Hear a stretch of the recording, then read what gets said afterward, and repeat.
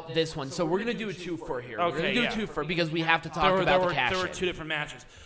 This match, I'm going to give an Orange Cassidy thumbs down. I'm going to give it an Orange Cassidy thumbs up. I thought this was wrestled a lot better than I expected it to be, but Natalya definitely ran the show. Yeah, but I also like how the emotions were expressed with Natalya, especially with Ronda. Ronda has really improved her just facial expressions, like body her language. Right. She's getting a lot better at that, but I think it's because of Natalya.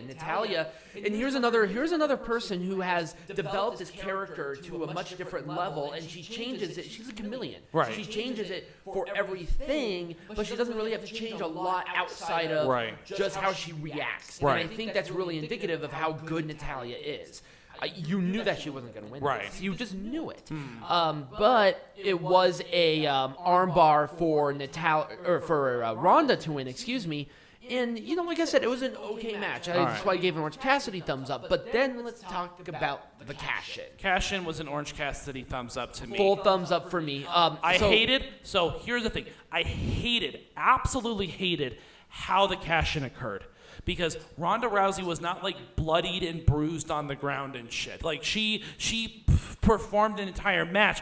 That's not what this is meant for. This is meant for an ultimate opportunist to come in and take advantage of someone who is down and hurt. Also, here's the thing. It's a very heel move. It is. To do that where Liv Morgan is, a baby face.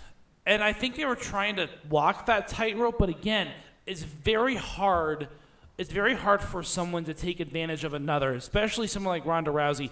Like, they actually had a full, match, and Ronda tried to take that away from Liv. And Liv did the roll-up. That was the weakest roll-up I have seen in a long time. Yeah, that was a weak-ass roll-up. Yep.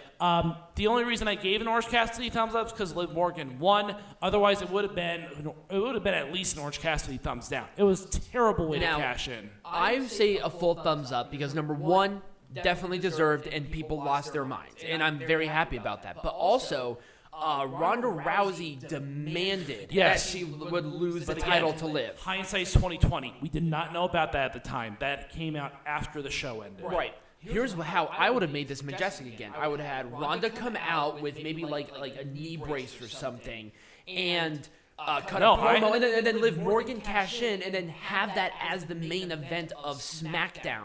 I think that would have been better because it's like, you're hurt, I can take advantage of this without looking like a heel. Right. And if you want to do it... And then you have the main event for SmackDown and then big moment. Or if you wanted to do it after the pay-per-view, I would have brought a weapon or two involved. I would have made it look like you actually hurt her. Right. Like chair shots, kendo sticks, like that sort of thing, to where she just cannot do anything. Oh, here's another good one. What about this? Ronda beats Natalya, right? Like kind of a roll-up fluky victory. Cool? Right. Sweet. Natalya comes back in and attacks Ronda with a kendo stick right to the bad knee. Injures it really bad. That's what I was talking about. But then no cash in that night. Wait until the following SmackDown where it's like... Where she can inflict more damage with maybe Ronda having a knee brace, but where Natalya comes in and inflicts more damage to where she has to support herself on her arms just to stand up for the match to start. Liv cashes in for the main event of that SmackDown for the women's title. Number one, that would be a big match. A lot of people would be glued on that.